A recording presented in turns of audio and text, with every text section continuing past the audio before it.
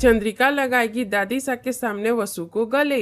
जी हाँ दोस्तों, सीरियल वसुधा के आने वाले धमाकेदार एपिसोड में जब दादी सा चंद्रिका को समझाने की कोशिश करेंगी और चंद्रिका से बोलेंगी, तू मुझे एक बात बता, जब वसु हर तरह से सही है चौहान की बहू बनने के लिए, तो फिर तू वसु को अपनी बहू के रूप में और देव के पत्नी के रूप में क्यों नहीं एक्सेप्ट कर लेती है। और दादी सा की बात सुनकर चंद्रिका उदास होकर दादी सा से बोलेगी, हम वसु को अपनी बहू के रूप में स्वीकार नहीं कर सकते हैं माँ जी सा, और हम माफी चाहते हैं, हम आपको वो वजह नहीं बता सकते हैं। और दादी से चंद्रिका से बोलेगी, तेरी सास को वो वजह पता है बहू रानी, पर जरा तू देव के बारे में भी तो सोच कि देव को भी अपने जीवन साथी की कमी खलती तो होगी ना।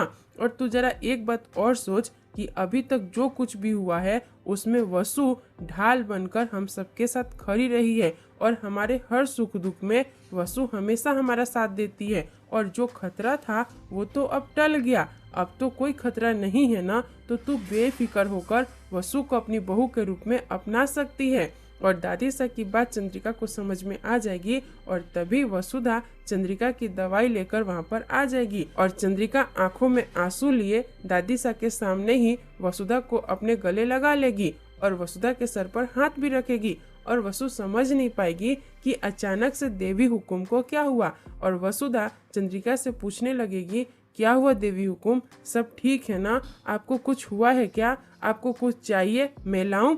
और वसुधा की इतनी फिक्र देखकर चंद्रिका बहुत ही ज्यादा खुश होगी और बोलेगी, जब तक तुम हमारे साथ हो तब हमें कुछ हो सकता है क्या, हमें कुछ भी नहीं होगा। और चंद्रिका की आंखों में आंसू देखकर और दादी सा के ओठों पे स्माइल देखकर वसुधा थोड़ी कंफ्यूज हो जाएगी। और चंद्रिका को वसुधा को अब अपने बहू के रूप में एक्सेप्ट कर लेना चाहिए या नहीं, आप हमें कमेंट में ज़रूर बताएं। और इस वीडियो को लाइक, शेयर और हमारे चैनल को सब्सक्राइब करें।